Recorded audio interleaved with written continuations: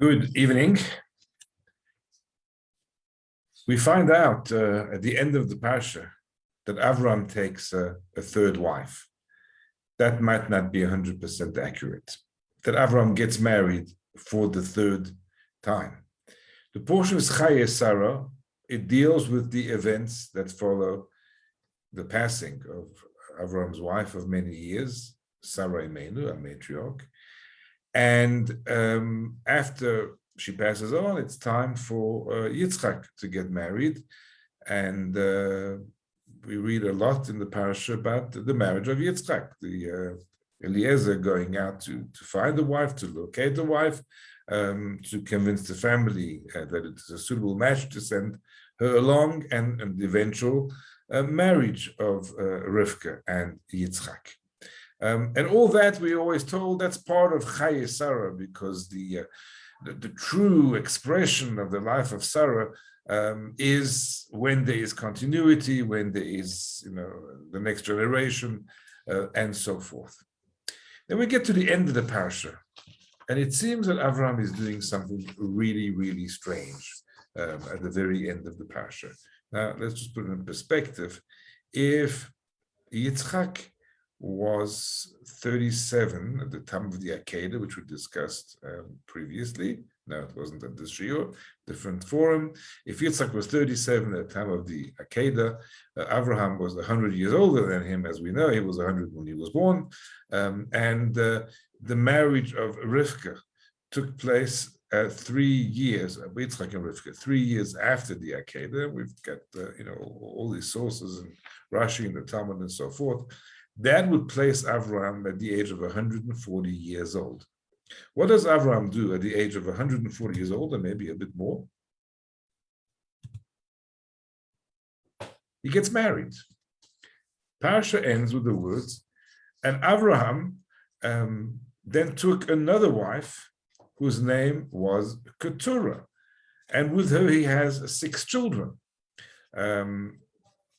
Zimran, Yakshan, Medan, Midian, Yishbak, Shuach, and it tells us a bit about the genealogy and what happens with those children and so forth. The only name that really springs to mind immediately here is Midian. We know Midian, the Midianites. That's where Moshe will go for refuge among the Midianites, and Midianites are also a country that caused the Jewish people a lot of trouble. So Avram's marriages and his offspring, it wasn't always that successful. We asked the question, what made Avraham get married at an advanced age?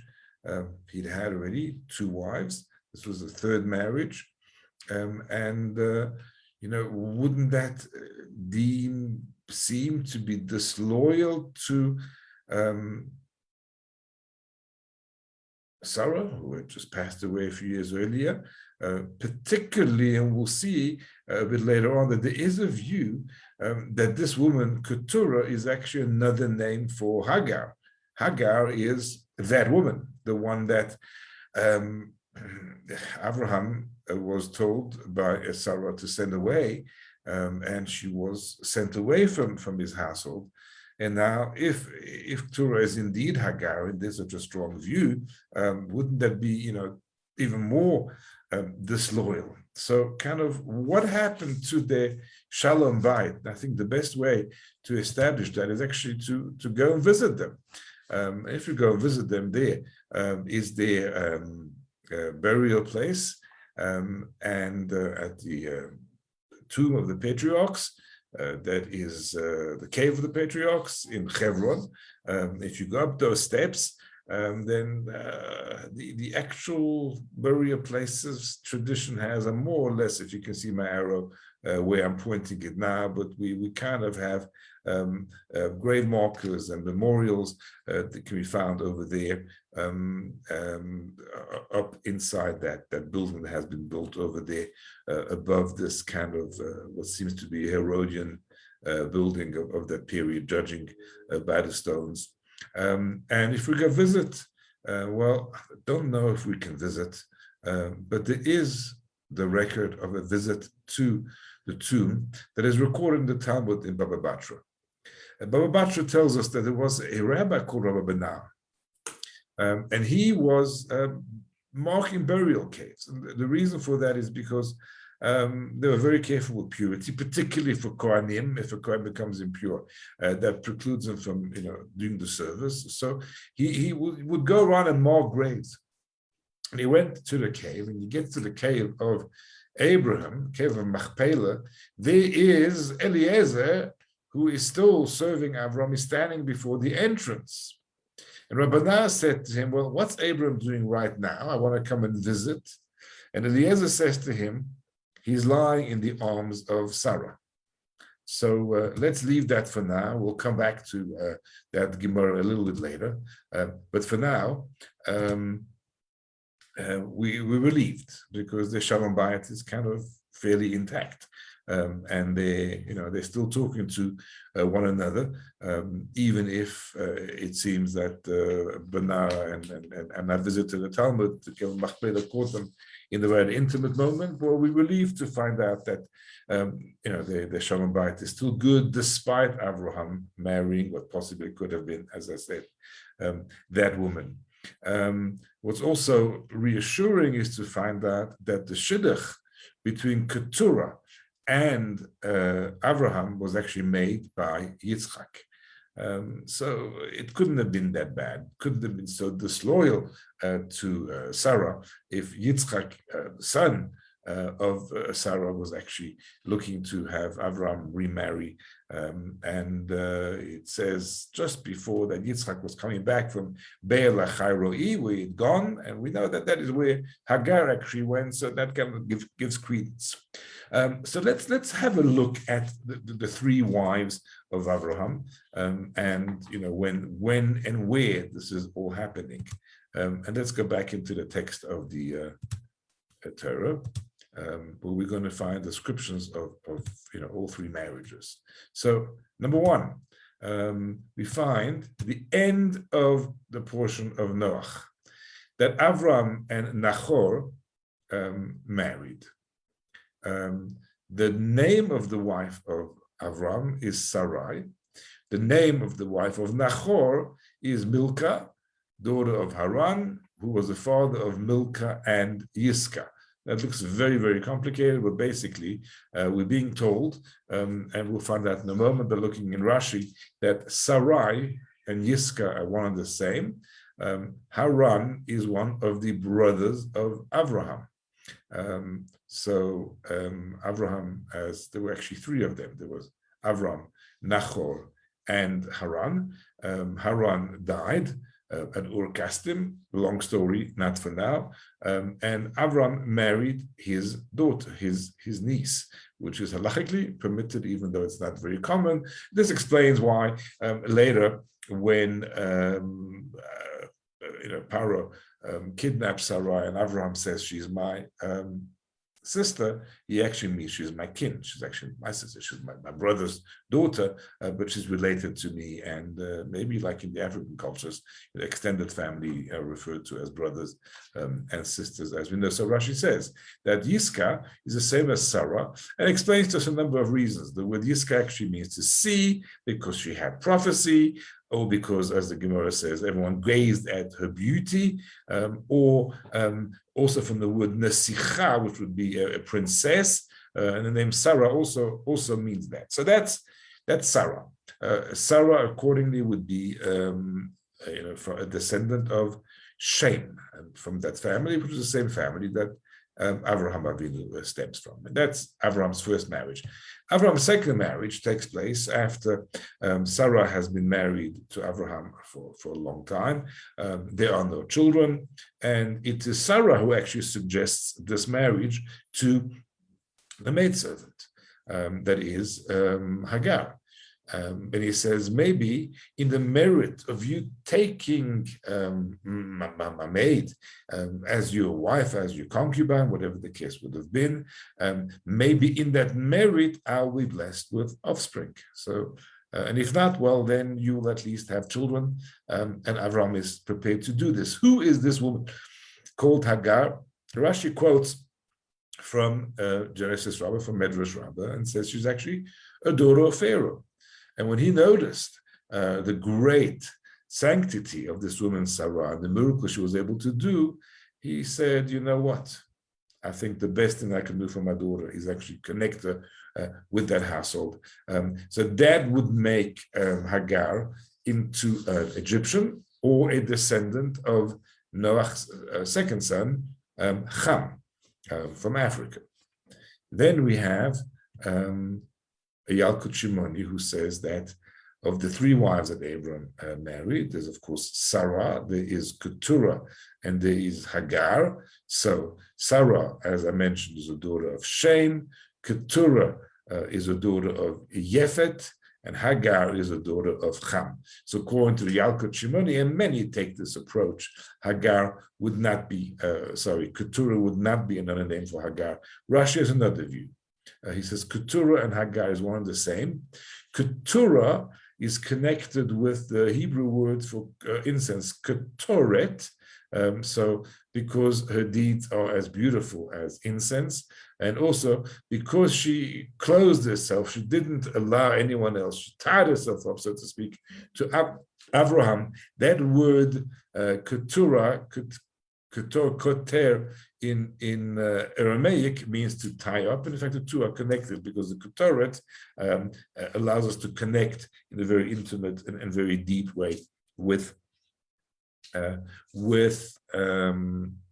Hashem and invoke positive connections with Hashem in that way.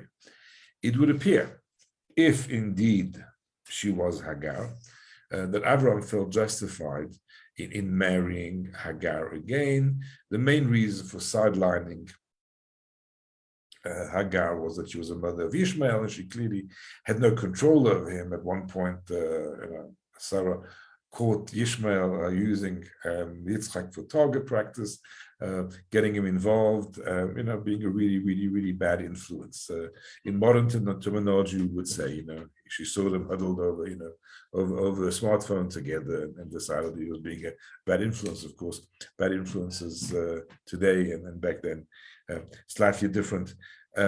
So it would appear that Ishmael, at the end of his life, repented, and I'm not going to go there now, but if you look at Rashi, at the end of the portion of the time of Avram's funeral, it shows that Ishmael gave precedence and honor to Yitzchak, which of course he could only have done if he recognized and did teshuvah. And so Ishmael kind of, it seems at the end of his life, reintegrated, came back into Avram's life, and in fact, Hagar also seemed to have come back into Abraham's life. So let's try to understand this dynamic. Abraham wants Hagar, and Sarah sends Hagar away. There's a tension between them, and the tension revolves around the following. Abraham has been declared by Hashem with that additional letter that was added, from being Avram, from being this great father. He became Avraham, and Hashem says, Av Hamon Goyim. You'll be the father of a multitude of nations. You'll be the father of the world. You've got a mission that is universal. Sarah is more concerned about being the matriarch of the Jewish people. And there is that healthy tension because great things are accomplished, and we discussed that in a shiur a couple of months ago, but great things are accomplished through tension. When there's pulling one direction or another, that tension creates a new reality. So we have Avram the universalist, and we have Sarah, who is more concerned that Avram's energy shouldn't go in the wrong way, and so she is making sure that the Ben Ha'amah, that Ishmael, who is the dimension of Avram the universalist, is being sidelined, and that Yitzchak is actually going to be the offspring. It's an unbelievable tension that actually results in, I think, the first and maybe one of the only marital tiffs that is recorded in the Torah. I mean, this issue of Hagar, cause Sarah to use words like Chamasi alecha, or I'm angry with you. They really don't see eye to eye in terms of sidelining Ishmael. Hashem has to intervene and say, this, I don't know if my mother is watching tonight, but became one of her favorite lines. Her name, of course, is Sarah, and God said to Abram, all that Sarah says to you, please follow and listen to her voice. And I remember growing up that was a verse that was often quoted, not by my father. Hashem intervenes, and of course, he complies. So Abraham is that Av Hamon Goyim. He is the father of humanity. He's the father of the world. It is his task to spread monotheism, that discovery that he made as a young man, in which he dedicated his life to, not a narrow group of followers, not just his children and grandchildren and Am Yisrael, the Jewish people. It becomes his life's mission to make the world realize the oneness and the greatness of God. And so Abraham becomes the father of the Abrahamic faiths. And we have lahavdil, beyond the Jewish faith, two other great faiths, monotheistic faiths. Think back of Abraham having 3 wives and therefore 3 sets of offspring. If you look at, of course, the first child, Ishmael, he is the father of Islam. That, of course, only came about many centuries later, but that is the descendants of Ishmael, those who are Muslims and of the Islamic faith, definitely a monotheistic faith. If we look at the descendants of Keturah and those nations, descendants of, according to Yalkut Shimoni and many, actually the descendants of Yefet. Yefet was the father of Greece. We're talking about Occidental culture. We're talking about Christianity, which was born in those areas. And Abraham's offspring become the ones who spread monotheism, obviously not genuine monotheism as we were told, because there are aspects of those faiths that definitely should not be practiced by a Jew who has to have faith in one God, in the visible God, and with Moshe Rabbeinu as the prophet. That is that's a Jewish faith, but yet we have great millions and actually billions of people who have taken on the monotheistic Abrahamic faith as a result of being offspring of Abraham. And this is what Abraham is actually doing by creating the Ishmaelite branch of the family, and then the Keturah branch of the family, and the Western culture branch of the family. He's actually sowing the seeds for the belief in one God to become a truly universal one, which of course that is something which Sarah not necessarily would agree with, because she tried to direct the energy specifically to Yitzchak, Yaakov, and so forth. I want to share with you amazing words that I found at the very end of the writings of Rambam. The very last part of Rambam talks about how the world has to be made ready for Mashiach. And the section I'm going to show you now, well, they're not in most editions of Rambam, and they have been, what's the word, censored. And you can see that it actually tells us about the contribution of Christianity to messianic belief. Here is how there was references to Jesus the Nazarene in the book of Daniel, in our Tanakh,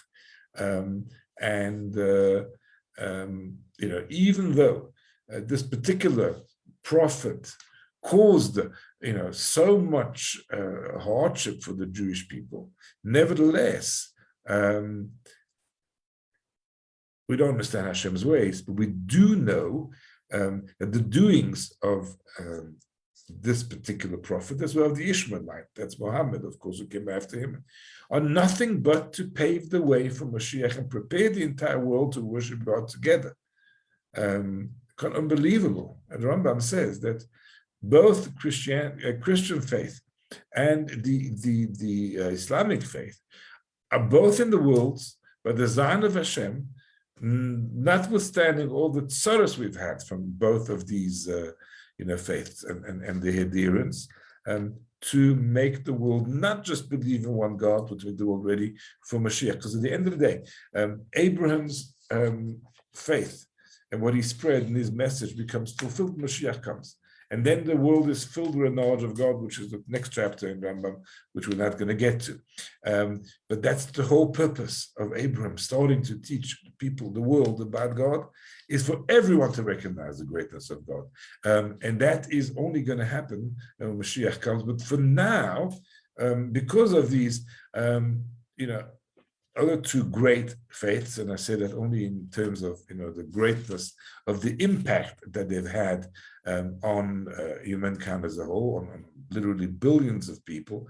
That is what has happened as a result. Of course, when Mashiach comes, as Rambam, and Mashiach does rise, then we'll realize that there was an erroneous legacy and that they were led astray in terms of the minutiae of the faith, but the basic tenet that there's only one God, and that is a concept of a Messiah who's going to transform the world and make the entire world full of knowledge of God. That is something they have accomplished. So let's go back to Avraham and Sarah there. Imarat HaMachpelah. And Rabbanah standing in the opening of the tent, Eliezer kind of blocking the way. He says, what's going on inside? Strange story. I mean, really, really, really strange story. Souls, are in Shemayim, and bodies don't interact in the physical way in any way. Husbands and wives don't have parties there underground in the caves or burial tunnels or whatever the case may be. So it's a very strange story in the Talmud of Rabbanah actually meeting Avraham and Sarah. And if you want, I think it's page 58a, you can go and have a look, you can Google it. There's more stories of him visiting the graves of Adam and Eve and so forth.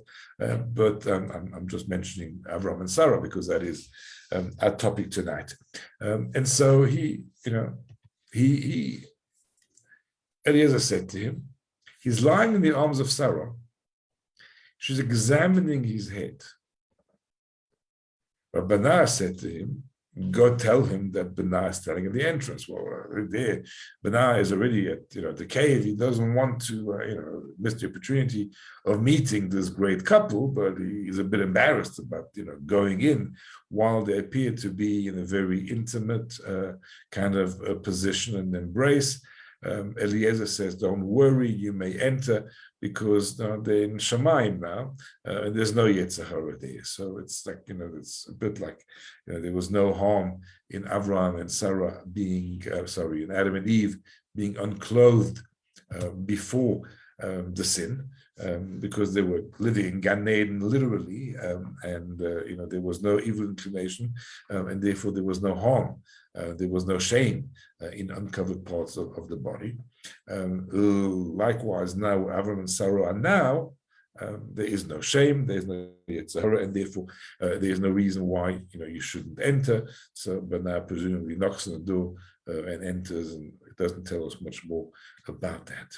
What was going on there with Avraham and Sarah? What was Avraham doing lying in Sarah's lap while she was examining his head? Kabbalah explains that the hair, I haven't got too much of exhibit here to show you, that the hair that comes out of a head is actually the energy that we exude. It's called a yenika, or a drawing, just like a plant draws energy, is yonek, sucks nutrients from the ground. So the hair represents the energies that we give out. And of course, I mentioned before, Avraham He's got energies for everybody. He's universalist, the father of the world, and therefore he wants to give everybody. And Sarah is very carefully examining his head and making sure that the energies that emanate from Abraham, which continue to emanate, are only going to be those that are given to the worthy recipients and don't go out there in the whole world. So that partnership of Abraham and Sarah, Abraham giving without restraint, Sarah being there to help him to channel his energies in the correct way, is still something that's going on today. And that's what Rabban now experienced as a vision, clearly not something physical that was going on, but a spiritual kind of a vision that he experienced when he visited the tomb of Machpelah. So there you have the three marriages of Abraham, to a Semite, to a Hamite, and to a Yaphite. The three kind of big families in the world, Abraham fulfilling his role of the father of many nations, Av Hamon Goyim. And so even late in life, he wants to establish a connection with that third branch that he had neglected until now. He already had his roots kind of spread out with Yitzchak in direction of Shem, with Yishmael, son of Ham, son of Hagar, in direction of Ham and Africa, and then Europe was going to be through Keturah stroke Hagar and her children. That was his fulfillment of the mission that Hashem had granted him to be a father of multitudes. Thank you.